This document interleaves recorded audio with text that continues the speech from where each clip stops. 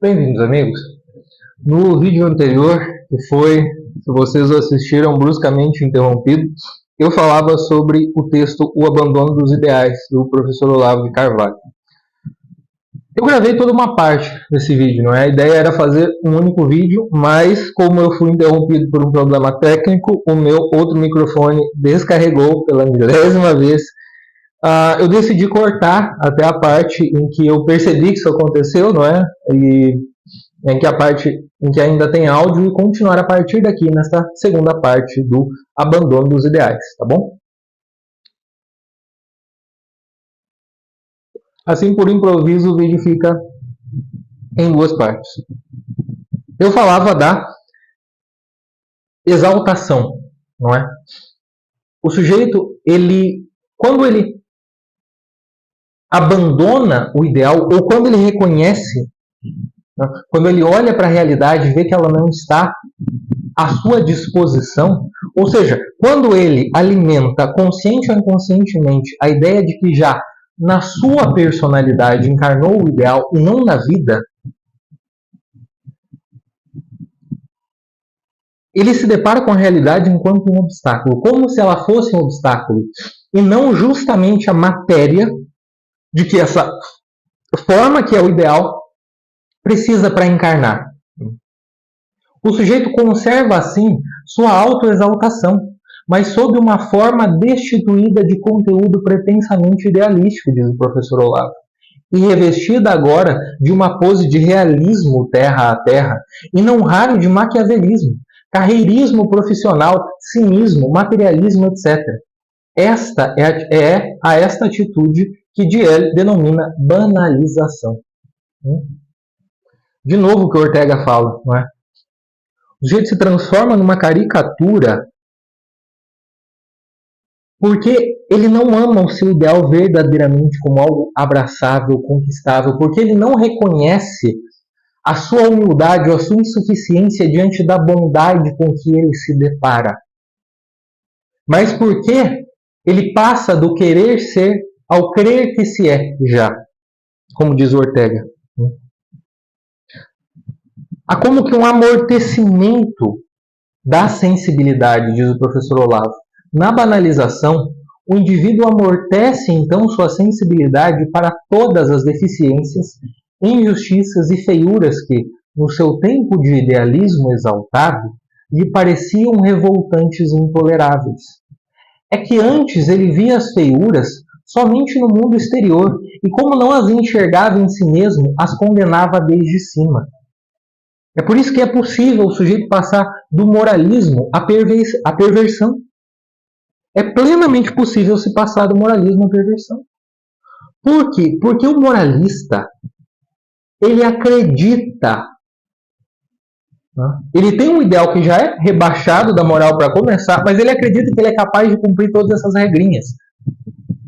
E quando a realidade bate a porta e ele cai, ao invés de confessar a sua humildade, a sua miséria, ele prefere dizer que tudo aquilo é mentira. Que aquele ideal, e daí nasce a ideia negativa de ideal, vulgar de ideal. Não ideal como sinônimo de vocação e de sentido da vida, mas ideal como oposto ao real. É daí que vem o realismo terra a terra, de que o professor Olavo fala. Normalmente é uma expressão cínica, daquele que, tendo-o abraçado em outro momento, como se já estivesse em si, como se ele fosse a encarnação desse ideal, não consegue vivê-lo. Não consegue vivê-lo, então, ao invés de mudar de vida, de recalcular a rota, de se arrepender, como eu já falei e vou explicar, ele condena o ideal. A banalização consiste nesse nivelamento por baixo do sentimento moral e estético. A mutação pode resultar, então, em total atomização do comportamento e acarretar, com a perda da integridade psíquica, a dissolução dos padrões morais mais elementares, produzindo o cinismo, a amoralidade, o descaramento, aliados, às vezes, a boas doses de autopiedade. Ele vai ter peninha de si mesmo. Né? Por quê? Ele teve uma época idealista na vida, na qual ele enxergava alguma beleza, mas que agora, quando a realidade bateu a porta, ele viu que era tudo mentira. Vejam como ele se apropria das duas vezes, ele tenta se apropriar da realidade para integrá-la à própria personalidade de um modo falso, como se a sua personalidade, como se o seu eu fosse a medida da realidade. E não como a sua personalidade, nesta vida, enquanto peregrinação, tem que se amoldar à realidade, precisa da realidade, para buscar esse ideal e o sentido da vida. Nos sulcos já abertos. E aqui o professor Olavo fala, no fim da página 5, da soberba enquanto raiz de todos os pecados, do ponto de vista psicológico. Quando os teólogos dizem que a soberba é a raiz de todos os pecados, é isto que eles têm em vista. O idealista exaltado corrompe o bem na sua própria raiz, corrompe-o na medida em que tem por ele um amor egoísta. Ele só acreditava que amava o bem em si mesmo, nele mesmo. Quando ele acreditava que esse bem, de algum modo, era constitutivo da sua personalidade e não algo que ele humildemente precisava alcançar. Quando ele acreditava, de algum modo, que ele, a sua pessoa, já prontamente era a encarnação desse bem. E nós sabemos quem é a verdadeira encarnação da bondade. Portanto, essa inversão, este falso idealismo, essa passagem do verdadeiramente trágico ao cômico ao caricaturesco, ela é satânica. E por isso a humildade é o seu antídoto. Na exaltação, os valores reais ainda são afirmados, apenas com uma localização falseada. Na banalização, a negação dos valores é afirmada ela mesma como valor. E aqui entra o cinismo. Por que eu falei de arrependimento? Porque o arrependimento, como dizem os padres do deserto, como eles mostram nas suas obras, é um sinônimo de conversão. E o nosso modo de vida, o modo do homo viator, para quem o ideal, enquanto sinônimo de sentido da vida, enquanto sinônimo de vocação, não está completo aqui, mas é sempre buscado, sempre encontra tensões, sempre demanda esse heroísmo de que falou Ortega y Gasset, é para toda a vida, é um modo de vida. E aí eu quero trazer para vocês uma citação de Santo Isaac o Ciro. Ele diz o seguinte: o arrependimento é adequado a todo o tempo para todas as pessoas, para os pecadores como para os justos que buscam a salvação. Não há limites para a perfeição, de tal modo que o aperfeiçoamento do mais perfeito é sinal de imperfeição. Perceba a obra contínua ao longo desta vida. Portanto, até o momento da morte, nem o tempo nem os trabalhos do arrependimento podem ser completos. Quanto mais alguém se aperfeiçoa, mais toma consciência de sua própria imperfeição. E é por isso que eu falei algumas vezes na primeira parte do vídeo, como os nossos modelos, os modelos pessoais especialmente que encontramos, são, antes de qualquer coisa, modelos de esforço e de humildade, não modelos de triunfo. Porque eles ainda, se nós os conhecemos, eles ainda estão nessa luta. E é por isso que também, às vezes, vocês já devem ter tido essa experiência, né? Às vezes a gente lê o escrito de algum santo e a gente se depara com ele falando que é um grande pecador e tal, e a gente, poxa, por um lado ele é santo, né? Então ele tem uma consciência maior de si mesmo, das suas limitações. Por outro lado, a gente encontra as suas obras de amor a Deus ali, a sua vida inteiramente dedicada a Deus. E para nós que estamos longe disso, parece que as duas coisas não casam muito bem. E, no entanto, esse é o nosso caminho. Por quê? Quanto mais alguém se aperfeiçoa, repito a parte final da citação de Santo Isaac o Sírio, mais toma consciência de sua própria imperfeição. Mais tem consciência de que precisa se esforçar, de que não conseguiu abraçar a integridade daquele ideal ainda, que ainda cabe perfeição. E que, portanto, a humildade o arrependimento, a conversão, são absolutamente necessários. A humildade de recalcular a rota, de reconhecer a insuficiência, enquanto se contempla a beleza desse ideal, desse sentido, dessa vocação. Há, portanto, um realismo no banalista, como lembra o professor Olavo, aqui na página 6. É interessante observar que, quando o doente vai da exaltação de si à banalização, ele passa a representar perante si mesmo o papel de homem realista e maduro, revestida de pose de segurança afetada, destinada a reforçá-lo num novo papel. Houve um tempo que eu era idealista também, igual vocês aí, igual você, mas a realidade bateu aqui na minha porta e agora eu sei o que é a vida de verdade. Esse cinismo travestido de sabedoria. Não é? Há, como eu mencionei para vocês, fatores de dentro e de fora, fatores endógenos e exógenos, diz o professor Olavo, que se nos apresentam como essas tentações justificadas. Aqui o professor Olavo, antes disso, ele ainda menciona, no homem banalizado, a nova sensibilidade que ele desenvolve pelo seu interesse material imediato, aliada ao temor da perda e ao crescente desinteresse pelos ideais, atestam, fora de toda a dúvida, que aquilo que lhe parece, o que ele tenta fazer parecer uma superação, é na verdade uma queda, uma degenerescência que se estende até mesmo ao domínio corporal. É a renúncia à vida. Por isso eu disse que é satânico. E por isso o professor Olavo relaciona com o pecado da soberba. Pecado capital da soberba. Pois todo pecado nos leva à autodestruição. Isso aqui não é um engano qualquer. Isso aqui, no fundo, reitero, é satânico. E agora, os fatores, do ponto de vista causal, entram em jogo, no processo de banalização, fatores endógenos e exógenos. Os fatores endógenos podem ser tendências hereditárias, defeitos constitucionais, traumas de infância, falhas na educação, etc.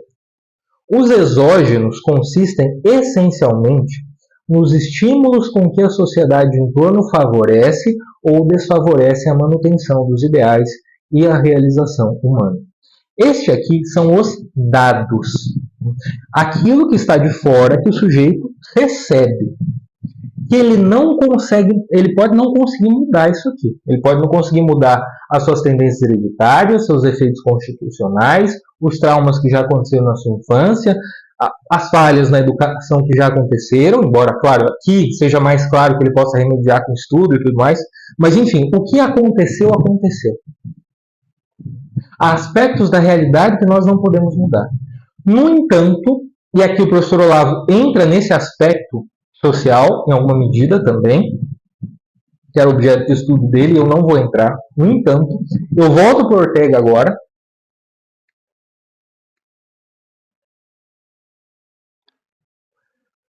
para falar sobre o heroísmo.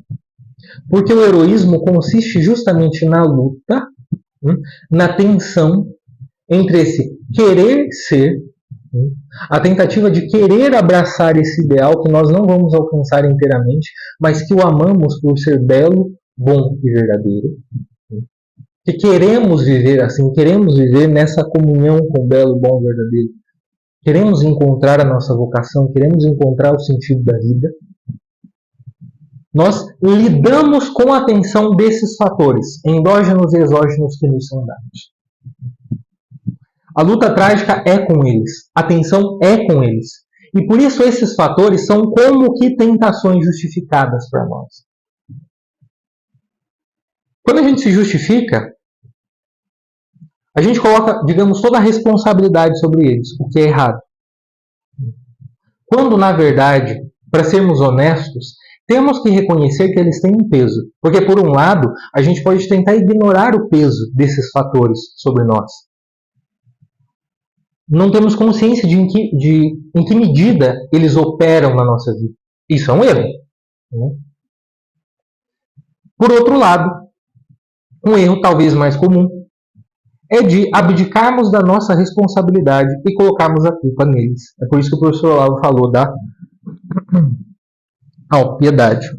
Um exemplo desse abandono dos ideais está em outra aula das minhas de introdução ao romance católico. Eu vou colocar ao fim desta aqui, que é a aula sobre La Fiel Infanteria, de Rafael García Serrano. O personagem Ramon. O personagem Ramon é um personagem que passa da exaltação, mas ele não tem tempo de chegar à banalização, porque ele morre antes. E ele morre num estado de frustração. Por quê? Porque ele não consegue ainda conceber essa jornada do ideal. A partir do momento que ele enxerga que já não vivia, que a sua pessoa já não era aquele ideal que ele amava, que ele buscava, que ele dizia amar, não é? Ele tem autodesprezo por si mesmo. Ele não chega ao cinismo porque ele falece antes. E talvez no leito de morte só ele consiga chegar ao arrependimento. Tá? Daí a morte tem outro peso importante também. Mas ele é um personagem que se frustra. E para mim, nessa frase do Ortega que eu falei para vocês, do querer ser ao crer que se é, já que vai em evolução da tragédia, e também em alguma medida o abandono dos ideais que o professor Olavo fala, eu acho que esse romance, e esse personagem mais concretamente, representa isso muito bem. Portanto, eu recomendo que vocês assistam também a essa aula. E aí vocês vão ter dois modelos opostos, né? O ideal conhecido, daquela imagem plástica e sensível, que ele é conhecido e ele é adotado com humildade e arrependimento, no caso do Cleto em Sotileza, e de quando o sujeito reconhece que não alcançou esse ideal, que não o vive, que ele não é a identidade que ele tem ou que ele acredita ter naquele momento e se frustra diante disso, no Ramon. Alguns remédios que nós podemos falar, e que eu já mencionei no vídeo anterior, não é? Dessa formação da imaginação, no sentido de considerarmos a imaginação enquanto uma das nossas ferramentas cognitivas, ou como diz o padre William Lynch, como um aliado cognitivo do Espírito Santo, para a aproximação da verdade. Precisamos ter essa consciência trágica da tensão, que ela sempre vai estar sobre nós, e que essa consciência trágica da tensão vai de mãos dadas com a humildade, com a capacidade de arrependimento.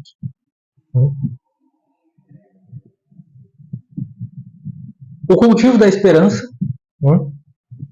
que vem junto com o alimento da imaginação, porque, como diz o padre Castellani, a imaginação é a sede da esperança.